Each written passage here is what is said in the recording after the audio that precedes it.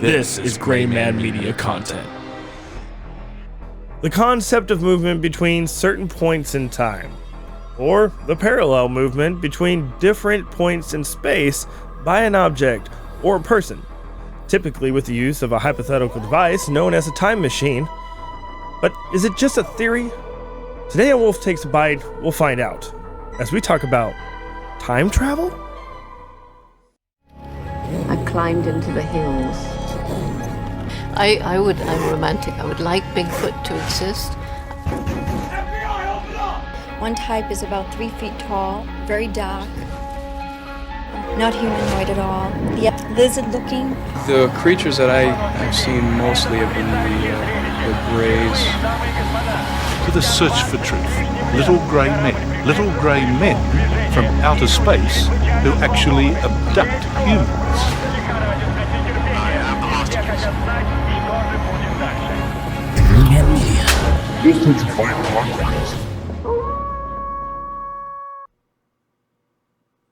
Shut up, you know you missed it. What are we doing? I'm ready. Are you ready? Son, This is warm-up, son. I've been ready. Welcome back to another episode of Wolf Takes a Bite. I am your host, John the Lord Wolf, with my co-host, Devin Gray. Always so excited. Calm down, Devin. Jesus, calm down. Bro, I'm trying to chill out, bro. Yeah, well, I'm so excited. you better calm down a little bit because today we are talking about time travel. What? Time travel. Okay, but like rewind that. What are we talking about? Travel. Yeah. You could probably do that.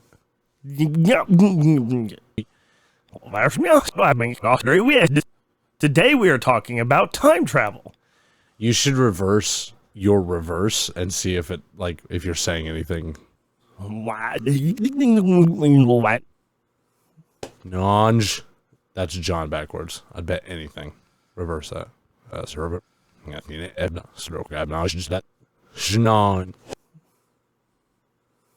Nonj. Bitch. That's Devin backwards. Try that one. No, that's just bitch. So, anyway, yeah. One of my favorite things, really. Time travel. And funnily enough, I'm actually in the middle. Spoiler alert. I'm in the middle of doing casting and getting things prepared to actually make a film on this exact subject. Well, that's exciting. Yes. Already got some interest. I got a script writer. I'm really looking forward to seeing how this is going to develop over the next 12 years. That's super awesome. Yeah. Is that 12 years like time travel time or 12 years like real time? It's probably going to take me 12 years to fucking make this film. Well, that's exciting. Coming to a theater near you. That's if very theaters exciting. still exist in 12 years. They won't. No. Everybody's going to be... Nuclear Holocaust. They're going to be... we're going to be pulling up to the big screens to watch YouTube videos. No. YouTube videos will be playing regularly on your local billboard. Yeah. It'd be sick. Actually, that would be. I'd be down with that. As long as the cars are driving themselves. Get on it, Elon. Buy Twitter and then get YouTube on billboards. Get it done. Duh. Get it done. I'm sick of waiting. Just do it. My Twitter stock needs to go up, bro. My Nike stock needs to go up. Just do it. Anywho, do you know anything about the concept? Of time travel? Yeah. I know it's a headache every time I deal with it, but it's one of my favorite things in movies. Inception doesn't necessarily deal with time travel. It's more dream thing, but there's a time element that's very important to the storytelling. The distillation of time. Yeah. Which follows Einstein's theory, which we'll cover. Yeah. Oh, I have no idea. I'm sure. Einstein's theory of relativity pops up on this show, I think, more than anybody else. Gordon Ramsay, come on in. Hey, Gordon. Mate, it's good to see you, but happy New Year. And What, bro? You think you're cooking up here? Yeah. I mean, unprecedented. I've never seen a situation like this ever. Interstellar also deals with that when they're on the different planets with the different gravity and stuff. Yes. It's wild. Again, all following the theory of relativity. The theory of relativity, exactly. Yes, I understand. So, funnily enough, this concept is actually fairly new. Whoa. If we're talking about a timeline.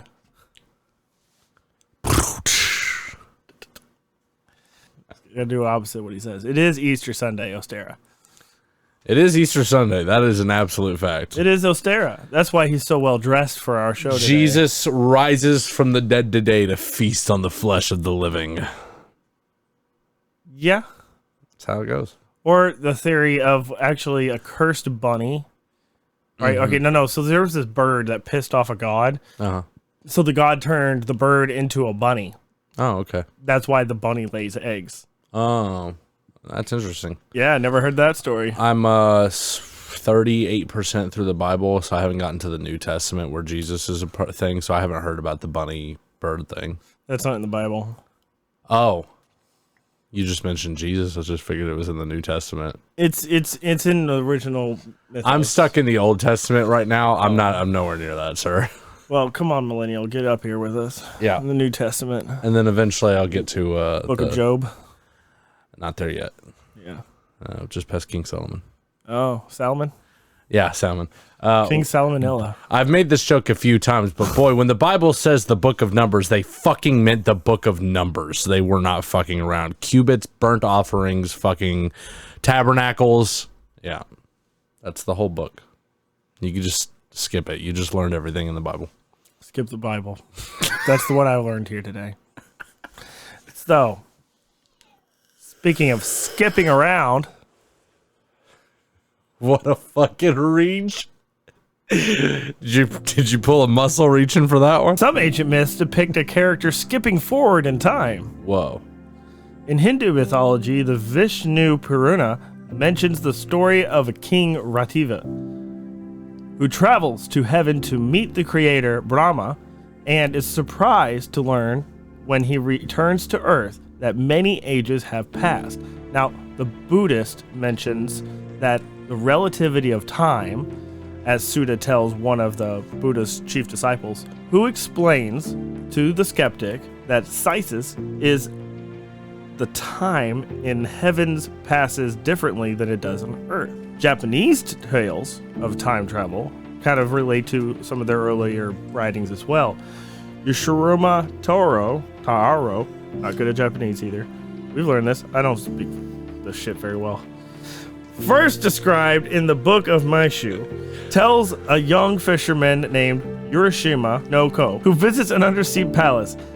After 3 days, he returns to his home in his village and finds himself 300 years in the future, where he has been long forgotten. Wow. Which is weird.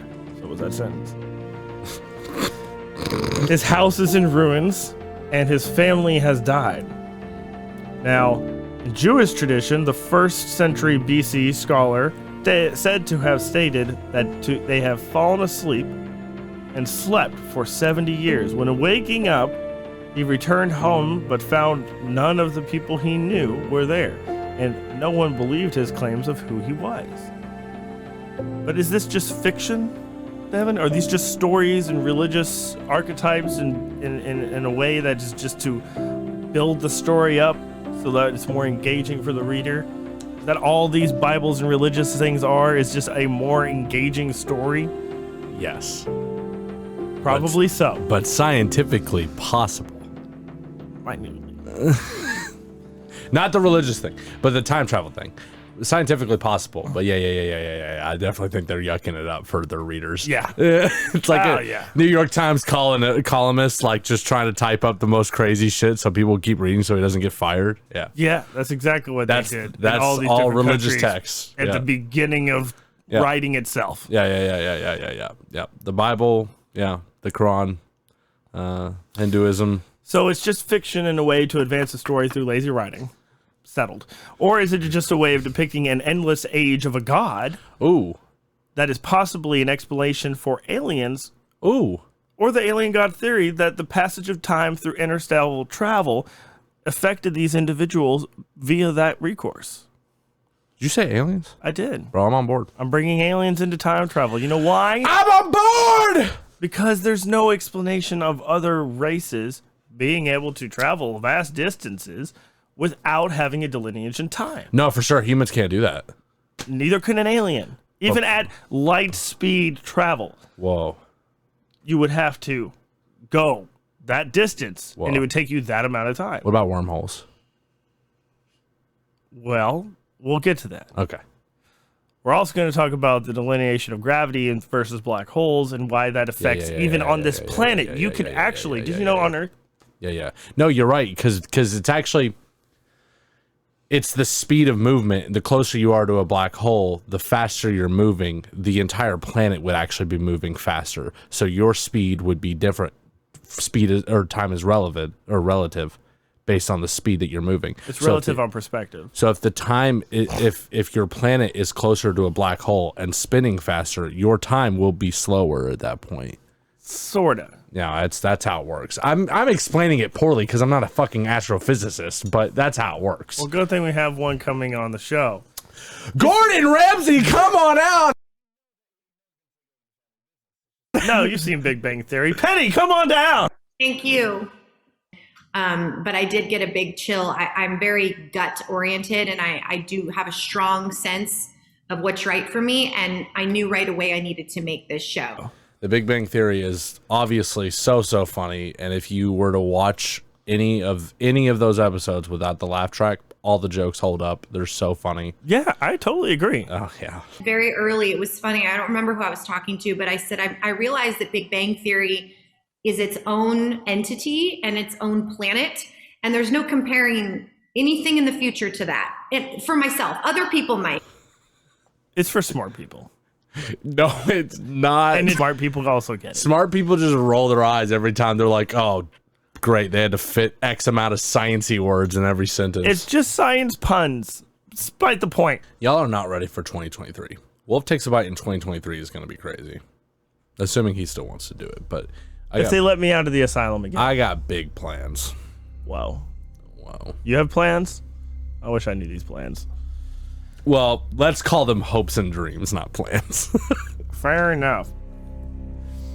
So, since Einstein actually posted his theory of general relativity, we've understood that gravity has a power to wrap time and space, right? So gravity and time and our perception and concept of time is all wrapped together. Now, outside of physics, we experience distortions in how we perceive time, even just in our own daily lives. You know, you having a bad day at work, it always lasts longer, but it's really the same perception of passage of time, but it always feels longer. So there's actually an experiment that was conducted and proven that even on the planet Earth, if you place a clock on the top of a mountain and then another one on a beach that's below a certain amount of sea level, right? Sure. Eventually, you'll see that each clock tells a different time. Is that based on elevation or is that based on where you are in relation to the equator? Because I know that... It has to do with how close you are to the center force of gravity. Because realistically, if you're at the top of the world, you are spinning at a different amount of space distance rotation. It's a minute amount, but yes. It's very, very minute. Yeah. But at the equator, theoretically, you would be spinning closer to the center of the mass of gravity. That is correct, actually, because the astronauts that are in the ISS, they experience, again, it is they're milliseconds rotating around the Earth, which is even farther away from the center of gravity. Yeah. Which means time passes faster for them. Very strange, slower. It's very strange. Yeah. But they do several rotations within our one day. That's speed, though. Yeah, and that's a whole other thing. That comes into play. Yeah, it does. But it is, when they come back to Earth, they're technically younger than, like, if you took two twin brothers, the one that was up in the space station would be technically younger by milliseconds. Dude, this is what I'm saying. My brain's going to hurt on this episode. I haven't looked into that theory with the ISS, but that has to be in episode 2 of Time Travel. Dude, my wrinkles in this brain. We're going to call it Wolf Takes a Bite, going back to the future. No. Yeah, 2. We're going to film a whole skit. Back to the Future 2. Yeah, we can. Come on, Doc. I don't know, Marty. Rick and Morty is literally just that show. Yeah, dude, we're allowed to make fun of it. At this point, it's public domain. Damn it! I didn't think about that parallel. Fuck. Whoa. Whoa. Parallel universes. Whoa. Time. Whoa. The wrinkles in my brain. Whoa. I'm getting smooth brain right now. I'm trying to think. Doc Brown is Rick. Yeah. Shit. Yeah, yeah. Fuck. Family Guy was right. Marty. Fuck! Yeah. Did you know that? No wonder I like it so much. Anyway. Yeah, it's really good. Yeah. So let's go ahead and let me get through some bulk here. Let me get through some bulk, Devin. Let me tell you why. Time moves slower as you get closer to Earth because, as Einstein posted in his theory of general relativity, the gravity of a large mass like a planet or Earth wraps the space-time around it, warping it. Scientists first observed this time dilation effect on a cosmic scale, such as when a star passes near a black hole. Then, in 2010, researchers observed the same effect on a much smaller scale using two extremely precise atomic clocks, one placed 33 centimeters higher than the other. Again, time moved slower for the clock that was closer to Earth. But it's so minute.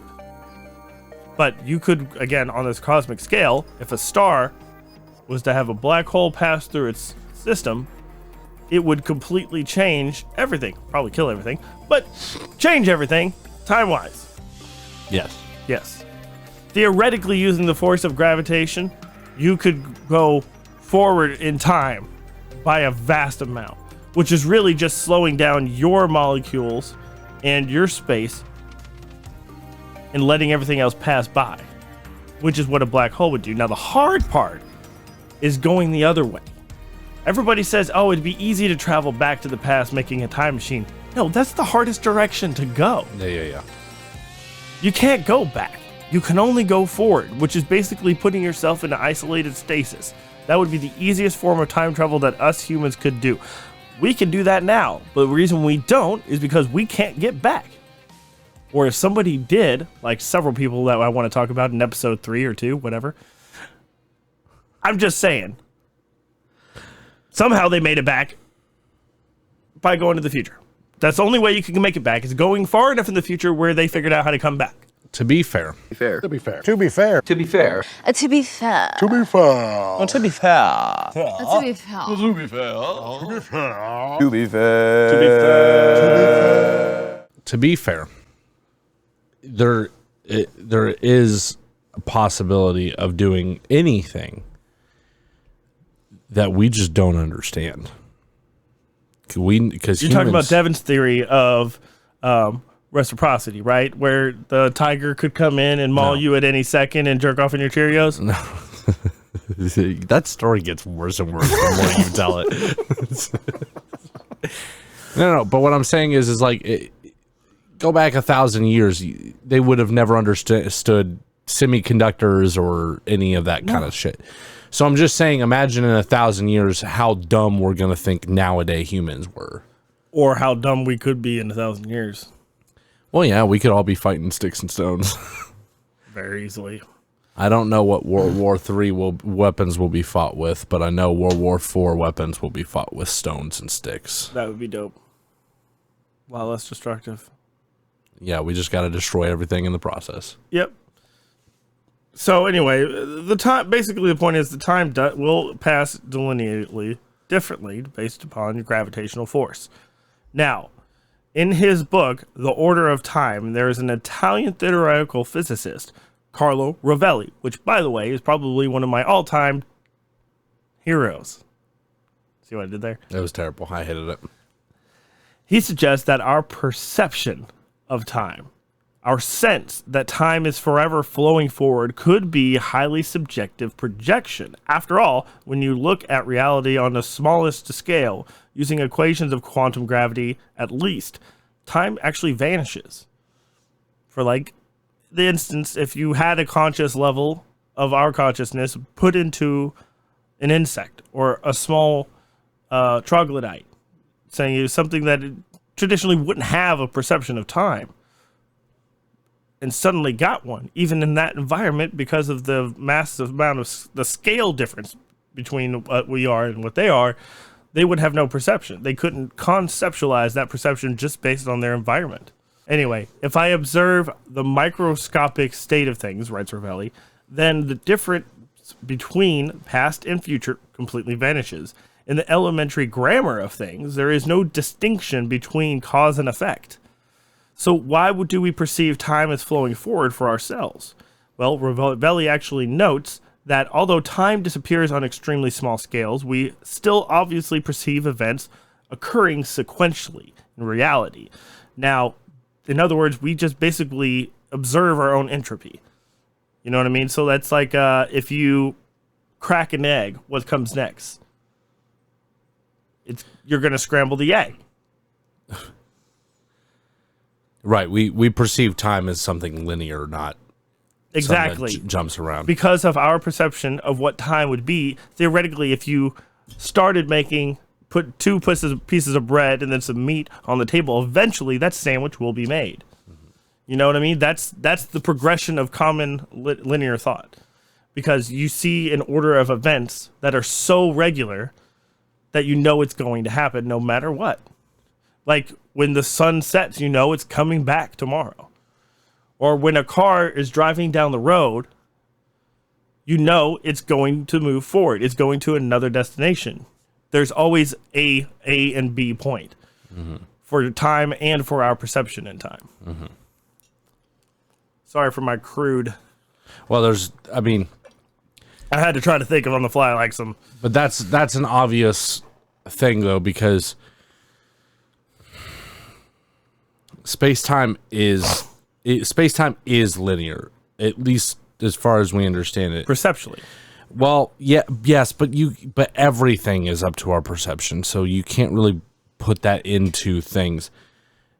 It doesn't matter. Like the sun is not conscious. It doesn't perceive things, but it still follows the order of space-time in a linear fashion. Space-time is just linear. Well, I mean, if you're talking about inanimate objects, even still, the sun follows that A-B precession. That's what I'm saying. It created itself based upon scientific gases expanding, exploding, whatever, creating a nuclei, and it's burning through, even though its perception of how long its lifespan is billions and trillions of years. Right.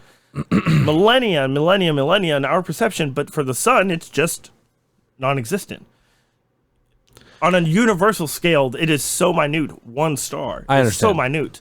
In the grand scheme of things, yes. But when you were bringing that up, it sounded like you were going to make a point otherwise. But it doesn't matter about perception. That's just how time moves. The sun does not perceive time. But it still follows on a cellular scale, even then. I'm saying you're right, but it doesn't. Like, I'm just confused why you brought it up, because it doesn't matter if you perceive it. It doesn't matter. It doesn't matter if my vape can perceive time or not. It's still going to pass through the passage of time from point A to point B. It has a beginning and an end state. All matter does. Right? Yeah, but it doesn't need it. You don't need the matter. It's just going to happen. It's like the law of gravity. It's just going to happen that way. Yes, but gravity is a formation of what matter and counter and cause and effect. That's what the whole point of this is the cause and effect. Now, whether the perception of the reality is what it is through consciousness could only be perceived because if you don't have consciousness or a thought of your own, you can't perceive. Yeah, that's not... I'm just confused why you because the way we perceive time is, as far as we can understand it, is the way time goes. It doesn't do this thing. It's just... But that's what we know. Now, for other things, time can go in multiple directions, theoretically. Really? Theoretically? Yeah. So take it a micro asteroid, like a micro asteroid, right? Uh-huh. It's flying through the cosmos. Sure. It interacts with different forces of gravity. Uh-huh. Well, it doesn't know what time is. It doesn't need to know. It doesn't need to know. But because of cause and effect of gravitational force against an inanimate object on a micro scale, sure, it will have varied differences in between its state. but the cosmic space-time, it doesn't matter. The theory of with purpose. The theory of relativity does matter individually, but on the grand scale of everything, time moves one direction. Yes, but this is a cause and effect is separate than the theory of relativity. I was just confused why you brought it up. Okay, That's I mean, all. I'm getting into more reasons. So Ravelli says key aspects of time are described by the second law of thermodynamics, which actually states that heat will always pass from hot to cold. This is a one-way street. For example, an ice cube melts into a hot cup of tea, never the reverse. This is our cause and effect. We know what's going to happen. Ravelli suggests a similar phenomenon might explain why we're only able to perceive the past and not the future. Why we can't perceive what the future is. Mm-hmm. Now, anytime the future is definitely distinguishable from the past, there is something like heat involved. Ravelli wrote for the Financial Times, and he said this statement: thermodynamics traces the direction of time to something called low entropy of the past. A still mysterious phenomenon which honestly causes discussions worldwide in the scientific community. Like, it is a very heavily debated topic. The differences were extremely tiny, but implications were massive. Also, time does not exist for each clock in the world, and for each of us, time passes slightly differently. But even if time is passing at an ever-fluctuating speed throughout the universe, time is still passing in some kind of objective sense, right? Yes. Yes. So, in his book, The Order of Time, he was talking about our perception of time, the cause and effect. This could be highly subjective projection. After all, when you look at reality on the smallest scales using equations of quantum gravity, time vanishes. That's why I brought that up. That's why I read that statement. To answer your question. I feel fully fledged out in my answer, or in your answer to my question. Wonderful. So, do you have any thoughts at this point? No. I have been...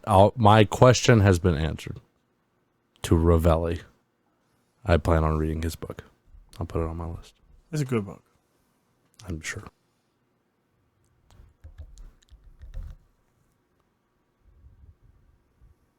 You okay today? Are you? You're biting your mic. I don't know.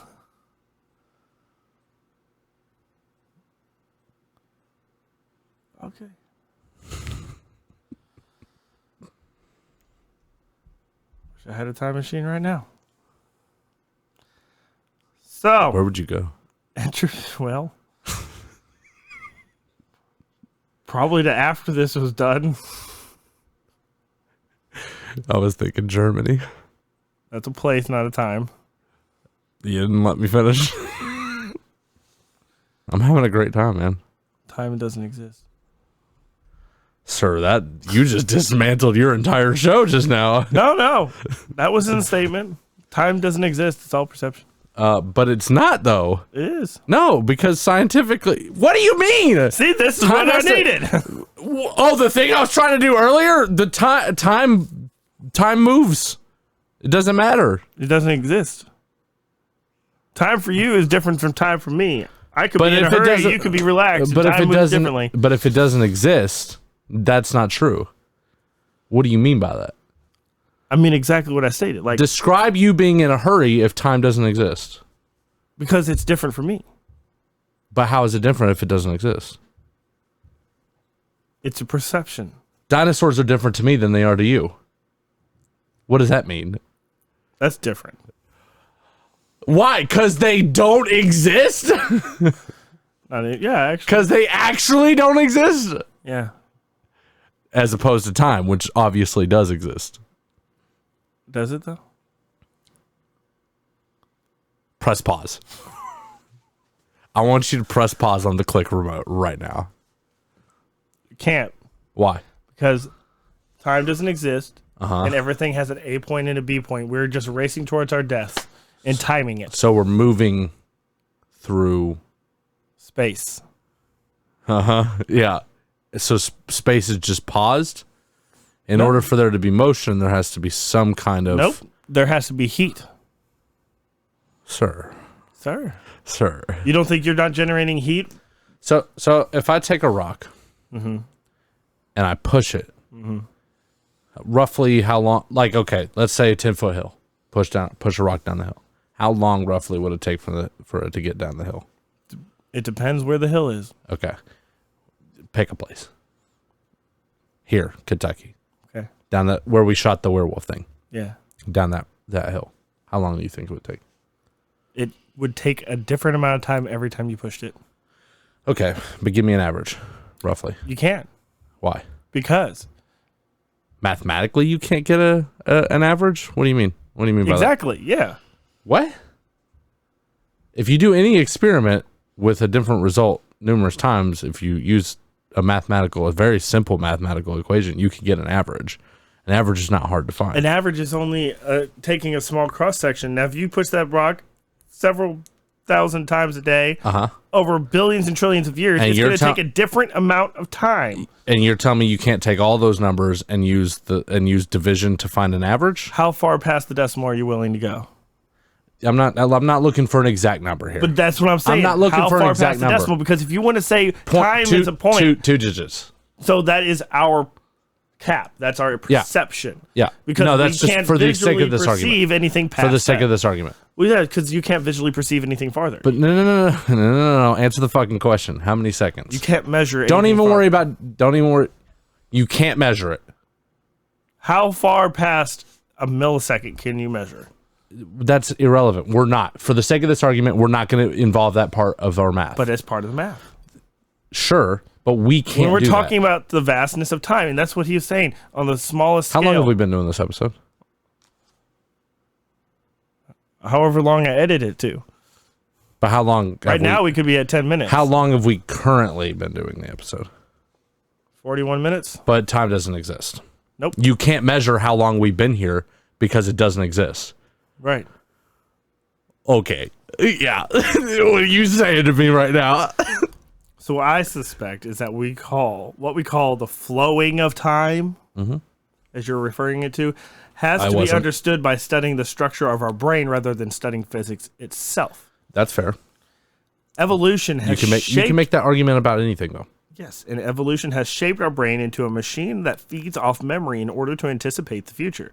This is what we are listening to when we listen to the passing of time. Understanding the flowing of time, therefore, is something that may pertain to a neuroscience more than fundamental physics itself. Like you're stating, pushing the rock and making a cross measurement of mathematical equations to figure out how long it would take for it to get to the bottom. Explain to me how those two things are connected. Because it's, again, within our perception.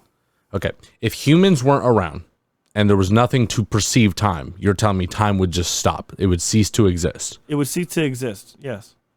Because there's nobody there to perceive it. So when we're if a tree gone, falls in the woods... Go on. Nobody knows about it. And no one was around to see it. It just didn't happen. In fact, the tree doesn't exist at all. Yeah, but did it happen? How can you verify that it was there in the first place if there's no one there to conceptually document and perceive? So, as you were saying with the star, it was at some point... Without our perception, again, simulation, man. Without our perception of this, what we call reality, there is none. It's non-existent. So there was no universe before humans. A fish doesn't give a fuck what the taxi's doing in New York. It doesn't matter if it gives a fuck. An ostrich doesn't know a shark exists. So what you're saying to me right now is that... None of it matters because they don't know. Well, obviously, none of it matters. Even to us, it doesn't matter. Like, at the end of the day, we're all born to die. Exactly. But you're saying... Earlier you were explaining to me how a star is born. The gases come together, and because of gravity, they create a nuclei, and then fusion happens. And star, okay, and then through eons of time, it lives and it burns and it's creating life on Earth, And Is it though? And at some point, we're here, Why aren't do we? people say that? And at some Why point, do people say that the sun created remove life? the sun. The star didn't create Exactly. life, but it sustains Life life. manifested randomly due to a cataclysmic equation that ended up in us somehow. All right, way to 1 in 1 way trillion. to try to change. So the star was born. It lives, and at some point it will die. At some point it will explode, or it will implode. Correct? Potentially. Or it'll stop. Yes, obviously. We were not around to see the star form. That's right. Does that mean it just didn't happen? Because we can observe it, it exists. But if we Seeing weren't, is believing, so as if they we just say. were not here to observe anything, nothing would exist. Is what you're getting at? Yeah. There's a philosophical point that you could make about that. The A parallel. scientific. There. Do you know the parallel? No. Philosophical parallel to what I'm trying to say? No, I'm just saying philosophically you have something there, but scientifically you do not. I was saying I didn't know if there was already one that was developed. I didn't know if you knew one. No, I'm just philosophically you can make the argument that without an observer there isn't anything to observe. Exactly. Yes. Schrodinger's cat, for instance. Yes. Yeah, but not scientifically. But science Just- is only explained in fact. Just philosophically. Philosophically, that's true. And without scientific evidence, there is no proof of existence. Only theoretics. Well, it's the theory of relativity, right? Exactly. So it's not a fact. But we're still It's the talking closest about thing it. we can get. But we're still talking about it. Because relativity is unmeasurable. And again, this is where it comes to, and this is very important. We're actually out of time for this episode. If you want to hear the rest of what this is going on about, for the next 20 minutes of me and Devin arguing, and the rest of the full audio version only, you can hear us. Not like it matters anyway, because time doesn't exist. Make sure you like and subscribe. Bye. Bye. Hey, it's John Wolf, and if you enjoyed that, you can listen to the rest of this episode whenever you listen to podcasts at. Also, make sure to subscribe, hit that notification icon, and never miss another episode. And for all things Wolf Takes a Bite, go to GreatManMediaCo.com.